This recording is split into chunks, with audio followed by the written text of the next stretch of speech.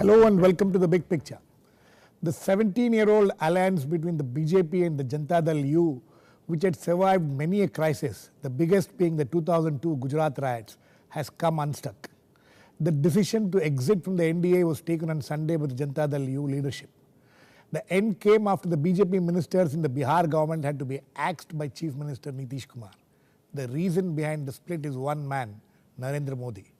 Nitish Kumar has said that if they had waited any more to split, they would have been cheating themselves. While there are many issues which has cropped up following this decision of the JDU, what is the key is the issue of minorities. It is the fear and concern of the JDU leadership that it would lose the minority votes which has resulted in this decision. The question therefore we would try to answer today is how far the minorities would buy the Janata Dal U argument and back it in the elections in 2014. And also whether JDU had no other alternative but to get out of the alliance with the BJP. To discuss this, I have with me Jaya Jaitley, former president of the Samta Party, the earlier incarnation of the Janata Dal U, Professor Zoya Hassan of the Center for Political Studies at the JNU and also an author, and Uttam Sen Gupta, deputy editor of the Outlook magazine. Welcome to all of you. First, let me go to Jaya Jaitley. Jaya ji, Mr. Nitish Kumar and all the other leaders of the Janata Dal U say that they have taken this decision at the right time. They couldn't have waited any further. If they had waited, Nitish Kumar says, if they had waited any further, they would have been cheating themselves. You think this is the right step they should have taken? I don't think so, because this is the time that a really solid, viable opposition should have been getting itself ready to fight the elections. People who have stood together for 17 years form the hard core, and in the minds of the people also, as a government that stuck together and gave a good government for such a long time. Right. We didn't have to end our government in between, and this justification now is a spurious one, I believe. It's rationalizing a decision that is taken for other reasons. So why do you think it is spurious? Because take the time that we actually formed the Samta Party and then fought elections twice alone in Bihar. We didn't get anywhere. The purpose was first to dislodge Lalu Prasad Yadav and then to dislodge the Congress at the center.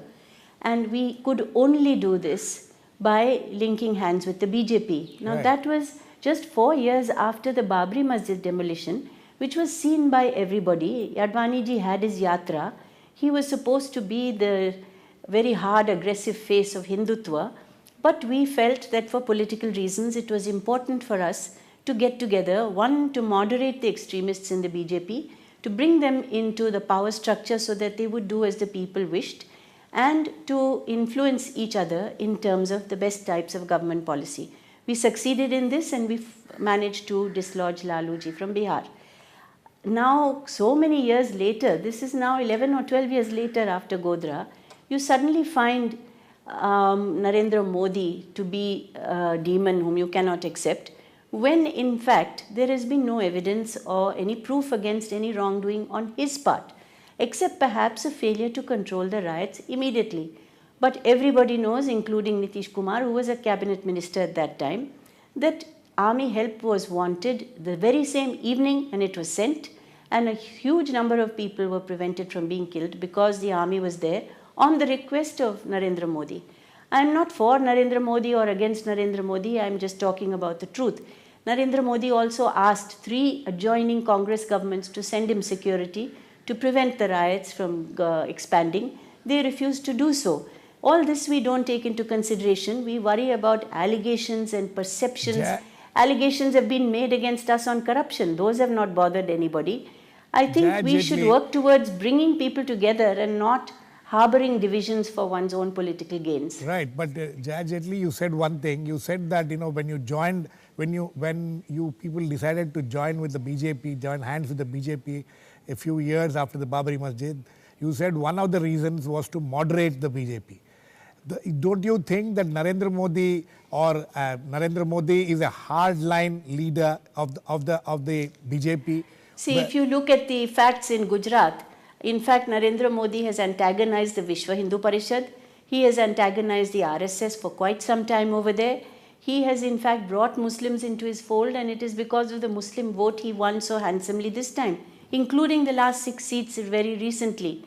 The Muslims themselves in Gujarat are saying that we have voted, we are fine. Why are we treating Gujarat as if it's a separate entity from our country?